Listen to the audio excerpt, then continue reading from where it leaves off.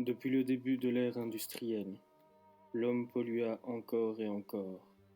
Les usines se multipliaient dans le monde, produisant des tonnes de CO2 et autres polluants. La pollution produite par les transports augmentait de manière significative au fur et à mesure que la demande de produits exotiques et la mondialisation se développaient.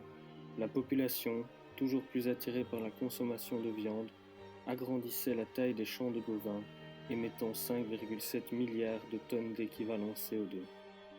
Les pesticides utilisés pour leur nourriture aggravant d'autant plus la situation.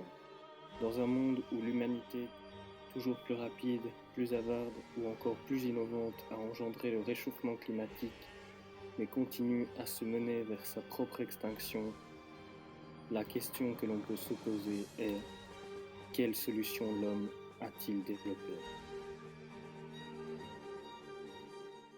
L'une des solutions est la taxe carbone. Mais qu'est-ce que c'est ? Cette taxe est l'une des solutions proposées lors de la COP21 qui se tenait à Paris en 2015 et dont le but est de réduire la consommation d'énergie fortement émettrice de gaz à effet de serre, dont le CO2 qui est en majeure partie responsable du réchauffement climatique. Pour arriver à leur fin, les différents représentants présents lors de la COP21 ont choisi d'appliquer ou de renforcer le principe de pollueur-payeur dans leur pays. Ce principe a comme objectif de responsabiliser les entreprises sur leur impact environnemental en leur faisant payer une taxe sur le coût de production. Même si sur papier cette taxe semble être une bonne solution, que devons-nous réellement en penser ?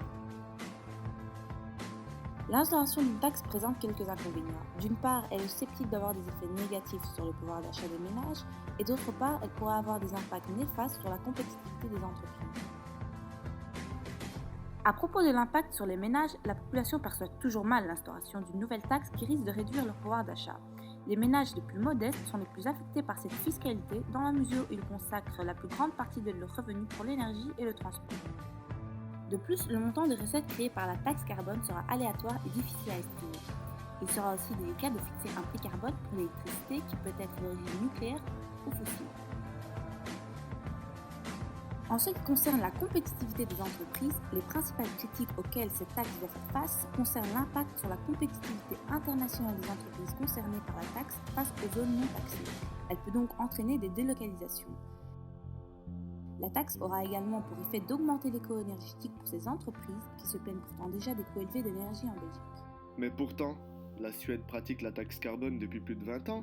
Entre 1990 et 2007, les émissions de CO2 ont diminué de 9%, alors que la Suède a connu une croissance économique de 48%.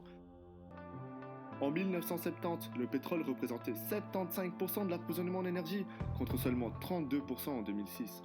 Cette expérience est jugée très positive par les pouvoirs publics suédois, et ils ont tiré des enseignements. La taxe carbone est facile à mettre en œuvre et donne de vrais résultats. Mais il faut commencer avec un niveau bas et augmenter progressivement le niveau de la taxe. Et surtout, laisser le temps à l'adaptation. Finalement, on peut dire que la taxe carbone est simple d'application et fonctionne de manière progressive. Et même si elle peut influencer le pouvoir d'achat et la compétitivité des entreprises, l'exemple de la Suède nous montre qu'une telle démarche est possible pour réduire l'émission de CO2 tout en gardant une croissance économique.